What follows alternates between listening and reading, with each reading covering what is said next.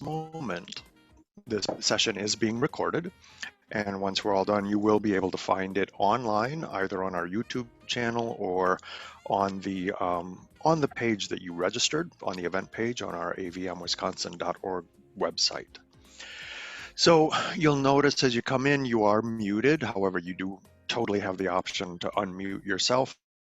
That's just to help cut back on background noise. We all have done enough of these kind of virtual things that we all understand, but feel free to chime in. This is an open conversation. It's a chance for everybody to have a conversation.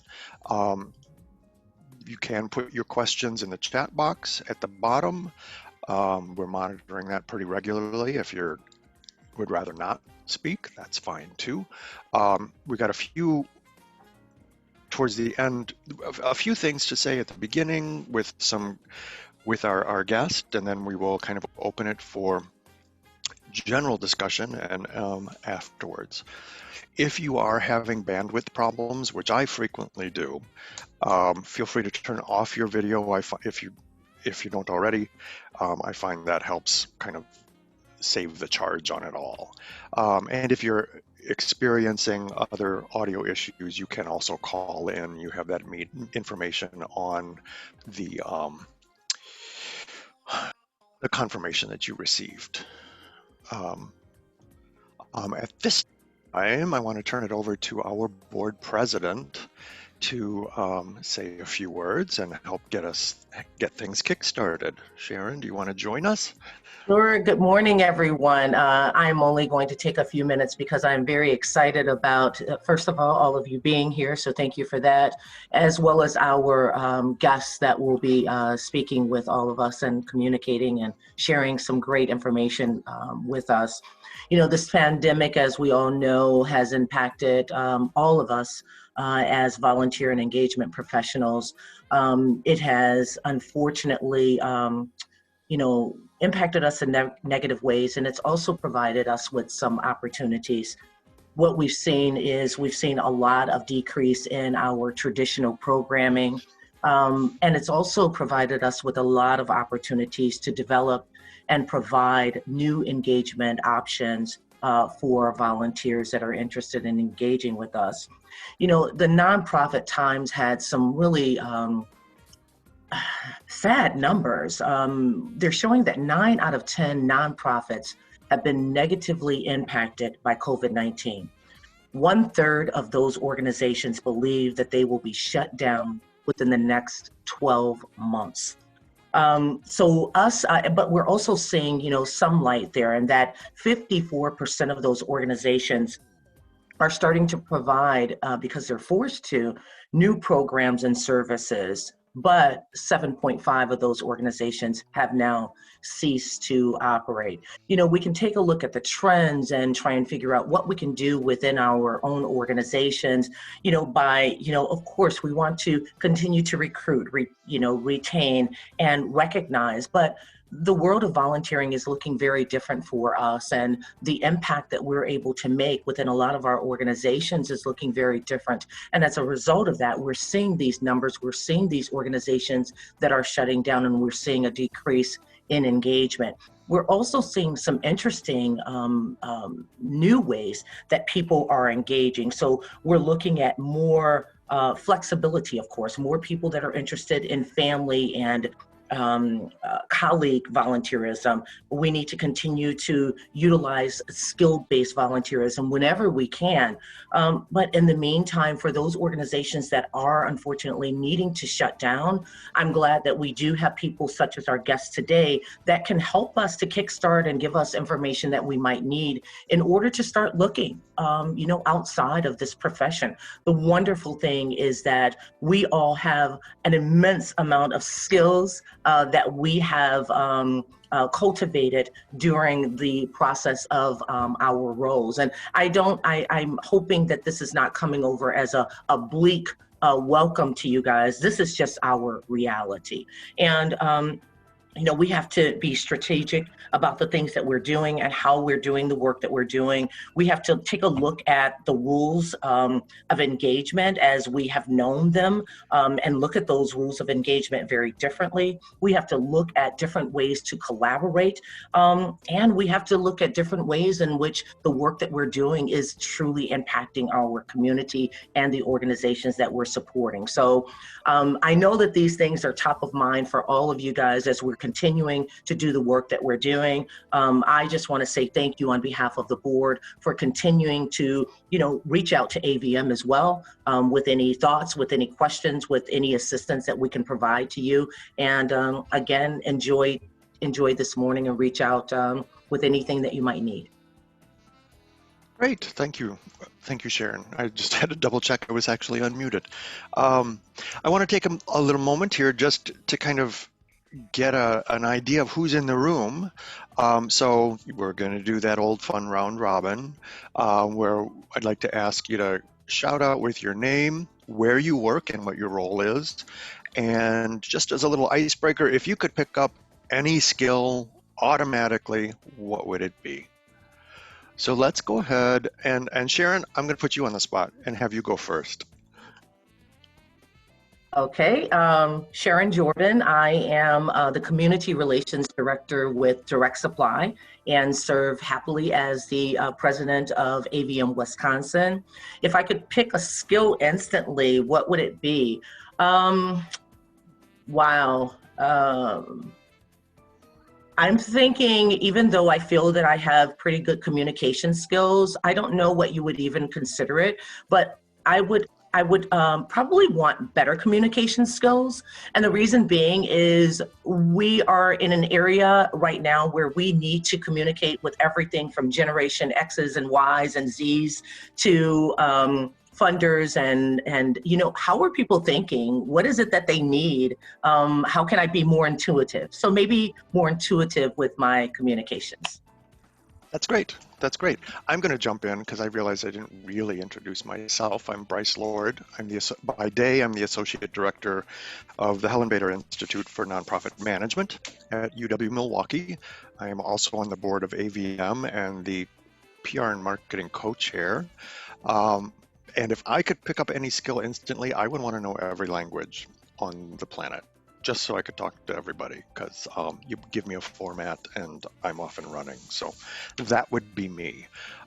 Sharon, I'm going to have to ask you to kind of pick up here, if you would, just because I have to go out and pick up or kick off another meeting, Zoom meeting, and come on back. Most So definitely. I am going to sign out to see if we can manage this. Okay. Yeah, I discovered about 10 o'clock last night that I had double booked myself. So It's fine. You know what? We have been pivoting for a number of months, actually for a number of years in the work that we do, right? So we'll be okay. exactly. So I'll go ahead. Which means, God forbid, I have to stop sharing my screen and I will be back. Okay, sounds good. Well, we'll go ahead and go to Patty. Good morning. Hi, Sharon. So I'm Patty Thompson, and I am a talent coach with a group called Nuance. Nuance is a division of Milwaukee, which you may have heard of as well. I'm so happy to see Sharon's face. Sharon and I worked together for a little brief moment when I was doing a contract at Direct Supply in our quote unquote day jobs. And I just have to report in that Sharon always had the best candy. And so I would have to navigate to her office because I knew she was always loaded with Starburst. And she was gone on a vacation at one point, and I totally broke into her office and I took all of her pink Starburst, and I think she figured it out when she got back. So if I could pick up any skill, I'm going to go back. There's so many things that during this pandemic that I said I was going to do, and now that we're further in it, I've done none of it, and I'm actually starting to panic a little bit about the fact that I haven't learned how to speak 7 languages. I haven't done this or done that, but I think the one thing I started learning how to play bass guitar a couple of years ago. And I think if I could pick up anything instantly, I'd want to be an amazing bass guitar player. So I could be in some sort of really awesome Duran Duran cover band. So that's what I would like to do. Right. And you owe me some Starburst, so I you can totally, just mail them over. yeah. And All it took me a lot of restraint to not actually rummage through your desk to find the rest of them. So. right. All right, Terrence, good morning. There you Good go. morning. I'm Terrence, Manager of Volunteer Services at Horizon Home Care and Hospice. If I could pick up one skill. So I would love to be able to play piano like amazingly well. And on the other like end of the spectrum, I seriously would love to be able to like surf because that looks like so much fun, but my ankles are just not having it. So yeah, that's me. How y'all doing? Hey, Amy, let's go to you. Good morning, everyone. I'm Amy Dito, and I am the Volunteer and Special Events Manager at River Edge Nature Center, which is located in Newburgh, Wisconsin. And if I could have any skill, I think it would be able to, I'd like to be able to know how other people are feeling, like have a better idea of you know, intuitively understanding the people around me so that I could be more empathetic. You know, sometimes we get on autopilot and I can be kind of a bulldozer when I'm doing things, and it would help me be able to stop and recognize when people around me are suffering and take the time to address that. That's awesome. Hey, Kathy, how's it going? Good morning, everybody. I hope you're all able to get out and enjoy our beautiful summer weather. My name is Kathy Hand, and I'm with the Alzheimer's Association, and I'm the program coordinator for the Memories in the Making program, which is people living with Alzheimer's creating watercolor paintings. And my superpower would be to be strong because I have rheumatoid arthritis, so there are times I can't even open the ketchup jar. So I want strength. Thank you. That's awesome. All right, it looks like we've got Beth. Hi, I'm Beth Engorp. I'm the Volunteer Services Director at Milwaukee Habitat. Personally, one thing I think it would be fun to learn would be how to sail. You know, last night I was near the lake and saw all those beautiful boats out there, and I was like, oh, that would be really fun to know how to do that. And professionally, we're getting ready to hire somebody to do some coding things, and I'm like, oh, that would be good to know how to do more code independently and not always have to sub that out. Wow, that's great. Well, good luck with that coding. I know that our our operations manager at Direct Supply, Mandy Clark, is pulling out her hair right now because she's learning HTPM or whatever that might be. Yeah, but good skill to pick up. All right. Hey, did I get to you, Patty Thompson? Oh, she's on mute. Nope, nope, you had me already. Okay, great. Hey, Anna. Good morning, everyone. I'm Anna. I am the Volunteer and Development Cathedral Center. We are an emergency shelter for women in town, Milwaukee. And I can absolutely relate to whatever side of the brains, the data, the digging in fine detail. That is not my strength. I often wish that I could do both. Also wish that I could be a night owl and a morning bird. Instead, I'm just all over the map and I never get a routine. But hey, I guess I'm in the right job for it. So it's nice to be with you all. Awesome. We're going to go to Danielle. Hi, my name is Danielle. I'm the volunteer services intern with Milwaukee Habitat. I actually work with Beth. And a skill that I would pick up would be decision making, because I absolutely am terrible at trying to decide what to do. If you gave me two options, I'd try to make them both work. And, you know, sometimes you can't do that. So that would be my skill. Awesome. What about Rachel? I think I saw Rachel online. Hi, I'm one of the volunteer coordinators with Lutheran Manor in Wauwatosa, and a skill I would love to pick up would be how to solve a Rubik's Cube. Very nice. Sandy, how are you this morning? Did I see Sandy online? Yep. Good morning, everyone. Hi. I'm Sandy Budowitz from Marquardt Village in Watertown, Wisconsin. We're a retirement community. One of the things that I would like to be more proficient in is being more tech savvy. I've learned that working from home kind of unexpectedly with the pandemic has taught me that I need to pick up some more proficient skills. Doing a little bit of other things other than just volunteer services, as you know, our volunteers are still on hold. So that's what I would like to learn how to do. Be more tech savvy. That's a very important one because we are going to expecting our volunteers to be more tech savvy as well. Absolutely. Yeah. Hey, Jessica, how's it going this morning? It's going well. How are you? Great. So I'm Jessica Brandt. I'm the volunteer coordinator at Catholic Charities. I'm also the vice president of AVM. So welcome. It's so good to see all of you. And if I could have one skill, it would probably be to be better at habits and be able to keep sticking to what I want to do. Yeah, that'd be my one skill. Okay, I think I have everyone, and Bryce is back on the line, so I'm going to kick it back over to him.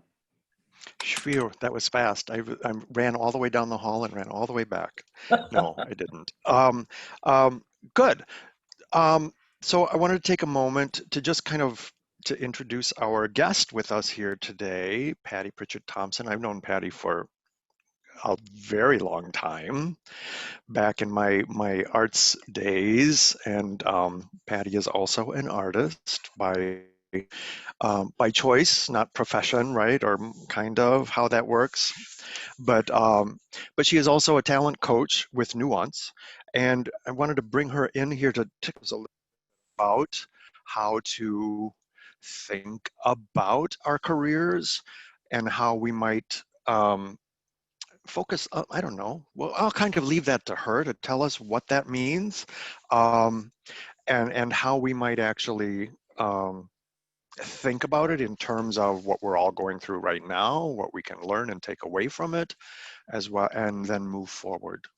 Even if we decide to stay exactly where we are, what we can do to kind of push ourselves, lift ourselves up. So Patty, I'm going to kind of turn things over to you for a couple minutes, and then we can kind of discuss. Awesome. Thank you so much, Bryce. It's great to see you all.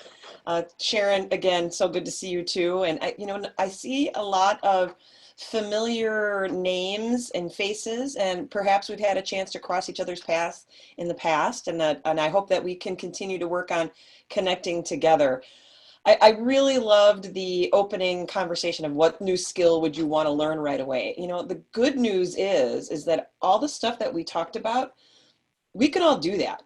Those you're not asking to learn how to be an astronaut by next weekend. You definitely have very attainable things. As a matter of fact, I just wanted to say, Beth, if you want to sail, when my boat happened, my 30-foot Catalina sailboat that we bought a couple of years ago is out of the water this summer due to some things. But anytime you want to go sailing, I have options.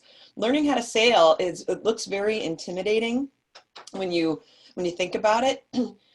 People who are a lot less, how do I say this without sounding terrible? There have been people who have been sailing who have absolutely no idea what they're doing, and they're still successful.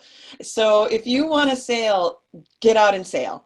We're always looking for crew members, and sailors tend to take a lot of pride in helping other people get good at sailing. So all you got to do is find a sailor and speak up, and we'll teach you, and we'll be happy to teach you, and then we're going to put you to work. That's the whole thing about sailing. Sailing is super fun until you have to do the hard work. The hardest work is getting the boat away from the dock. So it's all doable, Beth. So let's do it. Let's make it happen. And also, if you want, you also mentioned learning how to code. Again, it's all doable, and especially in this particular period of time, there are so many groups that are offering up free classes. There are so many groups that are saying, well, we'll help you, we'll give you some introductory courses on how to code. There's a great group that I've used quite a bit called Coursera, and they have so many different classes that are open, and right now so many of them are free, at least for the first couple of classes. So I would also encourage anyone that's got that itch to learn something. In my example, I haven't done anything, but if you're really looking to learn something, now is the time, and to take advantage of the free opportunity that's out there.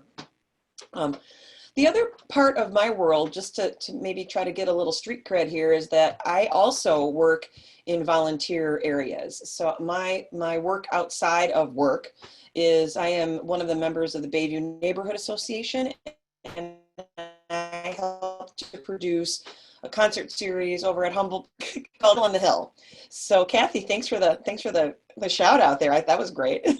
So, you know, one of the things that we do, it's an all volunteer organization. And so I spend my time, maybe a little less of it now because of the way that we've grown and some other volunteer people that we have in place, other volunteers who are managing other volunteers. I've gotten a chance to maybe get away from the absolute day-to-day operation of volunteers, but I've spent a lot of time recruiting for volunteers, getting them engaged, training, and helping them to execute. And with any luck at all, helping them to grow in their volunteer space as well. So I take some good pride in, you know, looking at my friend Kathy, who when she came in, she was really a quiet person and turned around to be this most amazing volunteer manager. So somebody that I can really rely on for that. And Krista and Matt and a number of other people who are doing it. So I just want you to know that I'm in your boat. I understand. Get it, Beth, in your boat. I understand how this all works. And I also understand the challenges that come along with it. And how does that really affect your career? And how does that, as you're doing this as a profession, you know, it's more than about asking for help and asking for volunteers and getting them to sign up on signup.com and those kind of things. It's about the training and the education and the helping people to really be engaged and feel like they're fulfilling a need that they have for themselves to volunteer, and being able to give good opportunities to people that aren't just, you know, envelope stuffing, even though that's all of those things are really required to be a good volunteer. But how do you give somebody an opportunity to do something where they get to use their brain and they get to use their skills that they bring to the table as well? So one of the things I think from, you know, having those experiences has made me a better professional, because I've also understood what it takes to do some management and people who aren't on your payroll. And I think that's a wonderful skill to have. And it's also it's something that you can leverage as you're perhaps thinking about maybe what does the next world look like. You know, this pandemic has caused us to all be much more reflective about who we are as professionals and what industry are we in and how are we going to make this all work. You know, I keep just hoping that it's all just going to be fine. And I also I feel a little Pollyanna when I talk about it that way. I feel a little less than reality based in that some of that information. But it's all about being reflective on what do you do on a regular day-to-day basis? How can you apply that in maybe another space? And how does it compare to what other people are doing as well? So just understanding that all the work that we're doing in this volunteer space is very applicable in all sorts of other places. And it's about, if you can manage unpaid volunteers, you can manage people, and you can do that really well. So I'm gonna start there. I could go on for quite a long time. I can tell you about my role as a talent coach. Is I help to get people who say things like, oh my gosh, I haven't written a resume in 10 years. I don't even know where to start. My LinkedIn's a mess. I have no network. I'm here to help with that kind of thing. So if you have any questions wrapped around that, I'm happy to answer that. But I also kind of want to open up the floor for any questions. We are in a really interesting time. Not only are companies closing and doing some different things, but there are a ton of companies that are hiring. There are a ton of companies that are taking this opportunity to upskill. They're taking the opportunity to look around and say, you know, We have a lot of people who are not working. We have open opportunities, and our recruiting has been tough because the market up until this point was nutso. How do we take advantage of this situation? So there are many companies, and you can see them on LinkedIn and on Indeed and all sorts of other places, who are really actively recruiting for really wonderful skills. And they're also discovering that they need to take risks on who they bring in, because they're looking for the right culture fit, they're looking for the right energy, and now is the time to be able to display that. We can all, like I said, kind of hang out and wait till the next big thing happens, or we can be active and we can take our career in our own hands and try to move it forward. You can also say, this is a great opportunity for me to hone my skills in the company where I am and really make an impact in doing what I'm doing where I am and show more value outside of the role that's been created for myself. So it doesn't mean, none of this means you've got to leave your company and change your job. What it means is you need to figure out where else could you be of service into the organization where you are, and how can you plug in other places, and how can you learn while you go. Especially for some companies that are shrinking, you might have the opportunity to pick up more opportunities within the groups. So there's a lot of different things that are happening. We're not dead in the water. We're not in irons. We are in motion, and it's a matter of finding. I'm going to use some sailing analogy because now I'm all happy about sailing, Beth. Thanks a lot. But how do we fill our sails with wind and get ourselves moving forward? Sometimes there is no wind, so you've got to turn your engine on. You got to turn on your motor, and you got to get forward that way. So you can either let the wind come take you, or you can propel yourself. However you feel you need to do it, there is opportunity and there is movement that's happening. So let's find that wind and get going. So I'm open to questions. I of course I would talk the whole time, but I really would love to hear from you as well. Well, and Patty, I appreciate your comment about kind of exploring options within your organization, because I think that there are so many different ways that different, let's say, call them different fields of experience within the nonprofit sector, all tie into one another. So even if you are looking at volunteer management, I always say, whether you like it or not, and you work in a nonprofit, you're a fundraiser. And so understanding that role and understanding how you can help advance that and represent your organization, I think that's just a very first start, actually, in sort of expanding your skills and your strengths. So I appreciate that.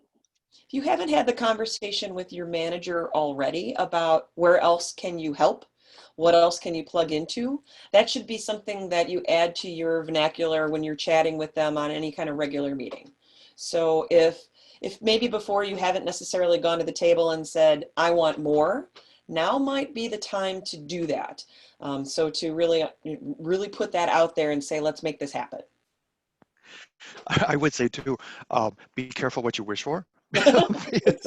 Because right about now you're going to get it if you ask for it. I'm sure there's plenty of work to go around. So my suggestion is always to look around and see what else interests you, and rather than, learning for the sake of learning is fantastic, and I never want to deter that, but what specifically sparks your interest, and just focus on it. That's what I try to do. I'm trying to nail grant writing a little bit more than I used to, and nobody has a problem with me taking that on, so because nobody else wants to do it. So yeah. Patty, I agree with what you were saying, and Bryce, you hit on it as well. I think it's a great time for us to reassess our skills, right? Which we have a lot of them in the roles that we play, and especially a lot of those skills that our employers may not even be aware of or have forgotten about because it's not visual, right? So you might get yourself involved on, with a Tiger team or some kind of team that's at your organization, based on the skill set that you have or the education that you have, that will help them to continue to grow and develop and working on projects and things of that nature. And I think that will give people more exposure as well within their organization. So those are some things to think about. it's very easy for us to all kind of sink in behind the scenes. Yeah. Because, you know, what we're not really addressing in some of the day-to-day operations with our coworkers is, you know, we've been in this situation now for 5 months. And, you know, at the beginning, everybody was all excited about, you know, okay, what are we going to do? How are we going to get this done? There was the whole, you know, the push to go remote and all of the activity that went around that. But then our brains, though, we were still fight or flight. You know, it was all about the adrenaline that was coming along with this and how are we going to get this done? I'm either going to fight it or I'm going to flee away.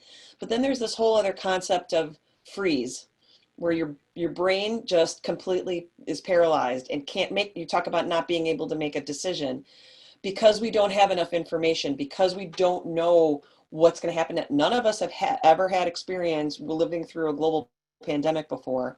So we don't know what to do. Our brains are still trying to kind of develop its pathways to understand what's happening to us. And I, for one, am still very frozen. There are many things that, you know, I know that I've either kind of had to put on hold or haven't addressed because I just don't know what to do. And it's about taking little pieces of action. It's about taking little steps that can help us to thaw out that brain a little bit. So if given the opportunity to take a chance and maybe again go have a little bit of risk in your work situation of, you know, reaching out to somebody who you think could perhaps be a great mentor, somebody you've always wanted to know more about what they do and how they do it. This is the time, because you know what? You probably have a little bit of time to be able to have those conversations now more than ever. You know, when we get back to, you know, whenever that is, the so-called real world, I'm kind of secretly hoping that it's different, that, you know, we figure out that we don't have to be in this ridiculously frenetic pace and this running around thing that we've been doing for so many years, because it's proven that it hasn't really driven us forward. So how do we be very strategic and very mindful about what we're going to do next and how we're going to approach things next? So how do we unthaw a little bit and get moving forward, but making sure that we're doing the right thing and making the right moves forward? So a lot of people on this call, and others that are not on this call that are in our profession, are being impacted, I mean, seriously, by this pandemic. You know, our programs are being eliminated. We have to continue to let people know the value that our programs are bringing and what it means to our organizations. What are a few things that you would suggest to people that are on this call with regards to having those conversations, making sure that they're making an impact that is, you know, driven towards their mission or whatever that might look like? So maybe for people that are in their roles, and then for people who have lost their positions that may be on this call, what are some things that you feel they should be doing right now in order to kind of get back on the saddle and, you know, be prepared? Sure. So I think from a showing value of your role to your current organization, one of the things that I know that has been important for us with the Bayview Neighborhood Association, again, managing the volunteers, is we got really quiet, you know, because all of our events are in person. And when the Milwaukee County Parks came to us and told us that we could not hold an in-person event at their venue, you know, we were heartbroken. And so what we did is we went quiet and realized not too long after that one of the things that our membership and our volunteers appreciate is the connection. So we started to think about how do we keep those people connected. So as a volunteer manager or a coordinator, our number one jobs have been to keep our volunteers who are in the same boat, who are missing the work that they've had a chance to do. They're missing their connections and they're frozen. It's about helping them to continue to stay engaged in some way, shape, or form. So, you know, having an occasional reach out to your favorite volunteers, you know, keeping them engaged, even though there's nothing necessarily for them to do. And then, or help them to navigate the way into doing some sort of other volunteering. And one example that I can give is there are some events that are happening. So here in Bayview, we do have the South Shore Farmers Market. And so a bunch of our volunteers, thanks Kathy, we all pivoted and started volunteering for them. Because while we couldn't do our own events, we went ahead and tried to pitch in for other events that were happening. So, that's been kind of fulfilling. All I want to do is run it though. All I want to do is take it over, which is so bad because they do a wonderful job. They don't need me, but it's just interesting to see how that happens. So, my suggestion would be, if you feel that you're a little stuck and you're missing your volunteers, just start reaching out and having those conversations because they're missing you too. I'm rather sure you've done that. That's a fantastic idea.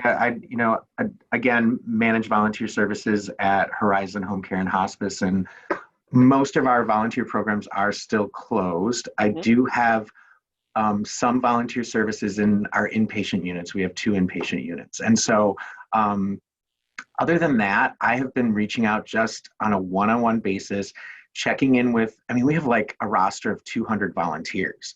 So, when only maybe 20 or 30 of them are active, we have a Meals on Wheels program as well that we have not stopped at all. We needed the volunteers the whole time.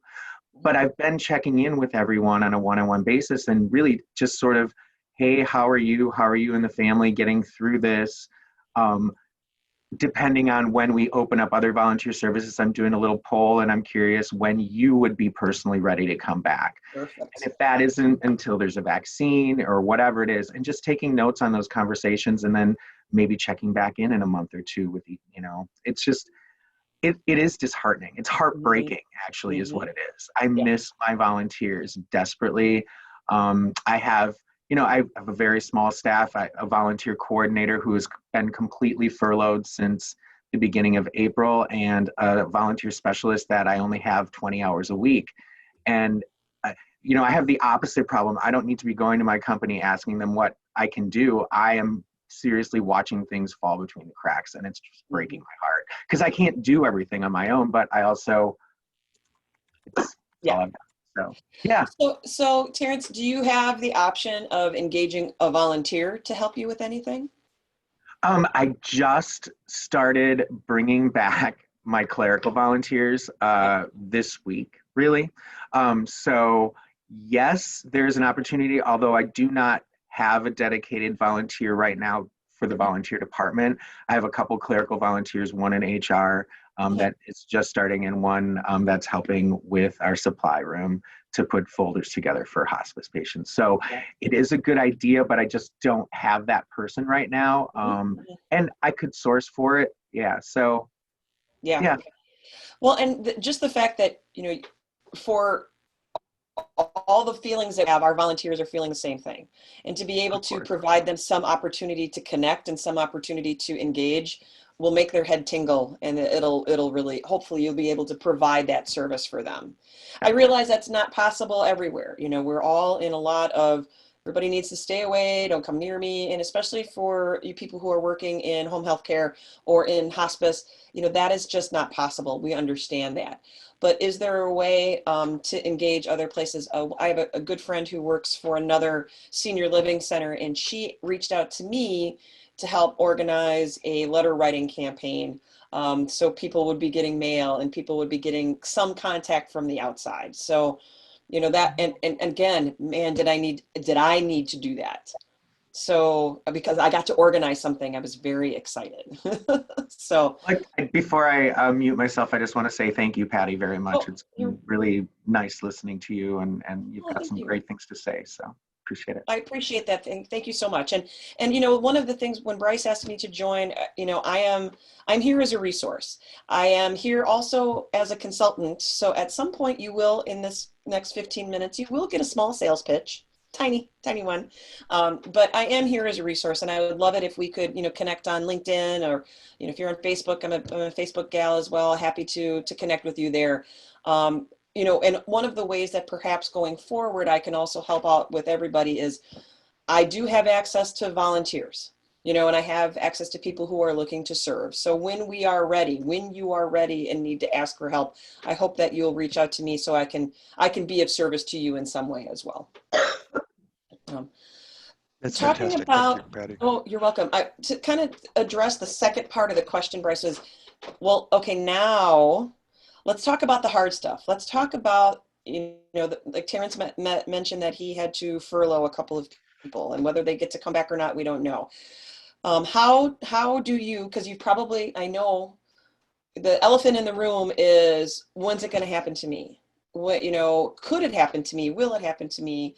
What do I do next? What do I do next? Well, the most important thing is to try to take some active steps to be ready for that, or to not be caught off guard, or to not feel caught off guard. You might find yourself, in the unfortunate situation that things change. You want to be ready. You want to be armed with all of the things that you need. And the couple of things that are traditionally used in a job search, or exploration, is you need to have a resume ready to go, and you need to have your LinkedIn kind of smiled and ready to go. And then you also have to have your message ready. What I've been finding lately with a number of the clients that I work with is there's some heartbreak going on. We are experiencing job loss and job change at a much more personal, deep level. It doesn't feel like just a business transaction anymore. Sometimes it feels much more, it cuts a lot deeper. And if you've got any friends or colleagues that have gone through this recently, you've probably seen that. But the best thing to do is to be able to take some of that energy that might feel like a little bit of a downward spiral, and turn it around by empowering yourself to have the tools ready to go, so you can feel that you're in a place of, if something happens to me, I'm ready. So one of the services that I offer from a coaching perspective is a resume rewrite and LinkedIn update. But the bigger part of what I also do is about career exploration and understanding, what do you want to do next? And really grilling you on what makes you happy, what do you hate? If you've ever done Strengths Finders, I don't know if any of you had a chance to do that, read that book and kind of figure out, what are you really good at and what are you really bad at? Well, let's just keep that bad stuff off, and let's really focus on what's good. And that can really make a big difference in how you position yourself and message about who you are and what you do and what you want to take care of. So, you talk about being in the nonprofit world. If you aren't, everybody in the nonprofit world needs to have a fundraising bent, meaning that you have to be able to feel extremely comfortable in getting a chance to ask for the money if the opportunity comes up, if you're in development or not. So if you're in the nonprofit organization and you don't like fundraising, you may want to think about not being in a nonprofit organization. That's one of the pivot points that I've also seen. So it's something to kind of just think about. But as you're getting ready, or if you're starting to think that you want to take the power into your own hands about, if something happens to me, or if I need to choose to make something happen to me, I want to be ready. We have a class that's coming up, and I'll share the link with you here in a second, about career exploration. It's a 4-week class, hour and a half every Tuesday starting in September, where we'll go over some of these things. And we'll do it in a Zoom meeting. We don't get to meet in person yet, but being able to talk about, how to get yourself prepared for a job search. How do you make sure that you have a good resume written? How do you do it, and where do you start? And a lot of it is starting with, well, what is your current story? What do you do today? What do you love today? How do we put that in written form? And then how do we also put that in a verbal form so you're ready to go? And it can be one of the more intimidating things that you have to do, is to sit down and write your resume. And you look at maybe the one that you wrote 10 years ago and you go, oh, this is just gross. I write resumes for a good amount of my time, and I look at my own resume, I'm like, God, this is terrible. Because my message has continued to evolve and change. The resume that I submitted to Direct Supply when I did a contract job there back in 2017 looks much different than my resume today, because of the skills that I picked up working with Sharon and her organization in the talent acquisition spot. The skills that I learned has changed the way that my messaging is on what I'm doing today. All of the experiences that I've had in that time. So it's always a work in progress. So one of the things that, even just to help you all, is just start thinking about, what do you do on a day-to-day basis? Maybe it's not about, I have to write my resume tonight. It's about, I'm going to just document what I do.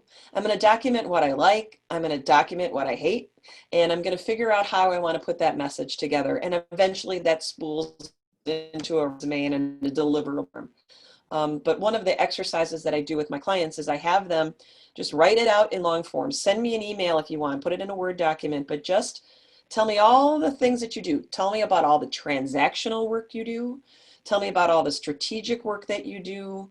Tell me about the putsy stuff that you really hate doing, because we'll never put that on your resume because we're never going to admit that you actually did it. Because otherwise, if you have it on your resume, somebody's going to expect you to do it next. Don't even put it there. So, there's some tips and some things to be able to think about in that way. But it's also about the strategy behind what are you going to put down on paper and what's important to you. And again, the kind of the method of it is what have I done? What's important to me? Why should that be important to somebody who's reading it? And what is the end result? So whether it's, a cost savings or, I recruited 100 volunteers to do this particular project, resulting in a fully functioning event that went off without a hitch. Being able to talk about those kind of things in very measurable terms will be important to you as well. So keep asking yourself, what do I do and why does anybody care? And then in the end, like this is why you should care. So that's kind of my approach to it all, and it seems to work. But what's really the fun part about it is when we're in a job search mode, it's very easy to portray that this is uncomfortable. God, I just really don't like doing this. Job searching is difficult, but it doesn't need to be despised. It doesn't need to be a hated process. It's part of a professional process. It's part of what we do as professionals as we either explore new opportunities within the company where we're working, as we start having conversations with people who are already in your organization and how you're going to be selling yourself to them. You want to be able to say, this is what I do, this is why it's important to you, and this is the result that I had. Or maybe we even flip that around. This is what I've done. These were the results, and this is why it's important to you. So, constantly thinking about that, whether you put it in a resume form or not, but it's about how those words also fall out of your mouth as you're having those conversations. So, yeah, it doesn't need to be a mystery. It doesn't need to be intimidating. It just needs to be part of a process. And it's better to start and it's better to think about it now, as opposed to when you're, if the unfortunate situation occurs where you're no longer in a working situation where you have to take care of all the other business of being unemployed. This is really the last thing that you want to have to worry about. You want to have that ready to go and kind of as part of your quarterly check-in with yourself. When you have your meetings with your manager, maybe if you're set up from a performance management standpoint, if you're meeting on a monthly basis, maybe the first thing you do after you return from that is you go back to your desk and update your resume, or you add a few things to your list of what have I accomplished, so you're ready to roll. But it doesn't need to be a weight on you. You can, this is one thing that you can thaw while you're doing all of this. This is the one action that you can take to make you feel prepared and ready for any situation that comes along. And actually, I'm looking at all my volunteers. How many times have you asked people to provide a resume or to provide some sort of work history for them as you're vetting out good volunteers? And how many of those people have said, oh my God, I haven't written a resume in 10 years and now you want me to do it for a volunteer job? It's one of those things that we should all have at our fingertips. You can also practice it by updating your LinkedIn profiles. That's always a nice place to just kind of test drive a few things and see how it works for you. The LinkedIn algorithms, they are on overdrive right now. So every time you update your LinkedIn, you go into this algorithm that starts pushing out your information to all sorts of other people. So if you make a couple of different changes, it starts to get jammed up to the top of lists and people start seeing you. So that's also a very subtle way of kind of understanding what else is happening out in the marketplace. So without taking a big leap into job searching, update your LinkedIn profile and kind of see what buzz happens. It's really good for your I ego. wanted to, while you were talking about LinkedIn, Patty, I wanted to chime in. I have recently I knew it was there, but now I have actively discovered LinkedIn Learning Yes. with all of the professional development courses. Many of them are under an hour. I just took one on disrupting myself that was about 45 minutes long. Yeah. And, you know, you go through it and it's a lot of, you know, not a lot of homework. It's a lot of just listening and learning. And then when you're done, you have the option of pushing it out to the community to say, hey, I did this. And I thought that's pretty cool. And it's free for the most part. Yep.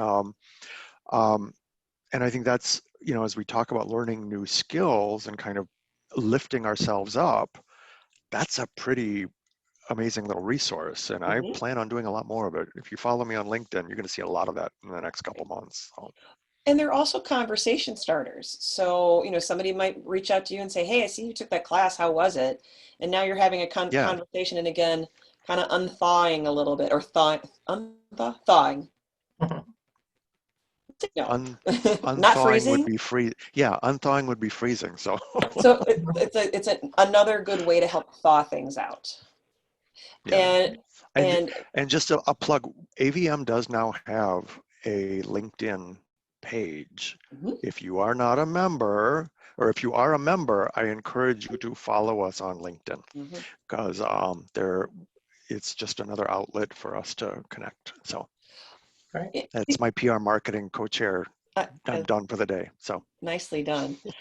Also, you know, part of my background, or the majority of my background, has been in the recruiting space. So helping people to get hired either at corporate organizations or placed at different places. And so I am also have access to a number of different opportunities, especially through our Nuance organization.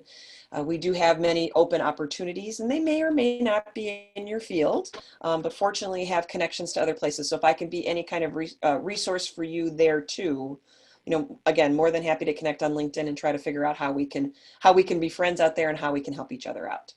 You know, Patty, one of the things that I find helpful with LinkedIn is I've started writing articles, because it really gives people a chance, if they move to your page, to get a little bit better sense of who you are. And they don't have to be really long, but it gives you a chance to kind of express some of, you know, what you're about. Right. And, you know, again, I kind of giggle and I look at my own LinkedIn page. I'm like, wow, I got to work on that too. So again, we are always a work in progress. You know, we are never done learning. We're never done doing the things that we're doing. And to ever be able to say, well, I'm done, well, that means we're retired.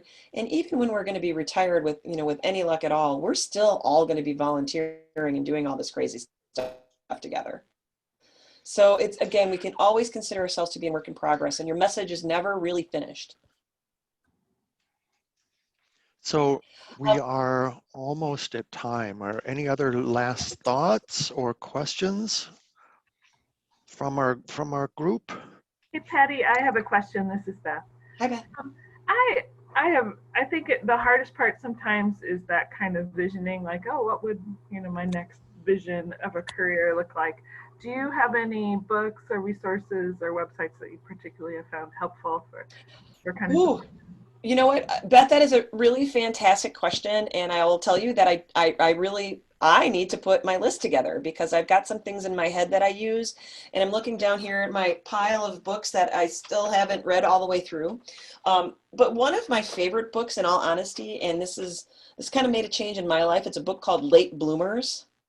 It's for people who are a little bit later in their career who are trying to make some changes, and that has been a pretty decent motivational spot. And again, a lot of it has to do with you're never really too old to make some great changes, and you can also decide that what you do and what you're doing right now is just fine, and it may not necessarily fulfill every single part of you, but you can get fulfillment in other places, and you can find joy in doing other things. And this may sound a little counterintuitive, but what I have discovered in my world is I think it's very important for people to like what they do for a living.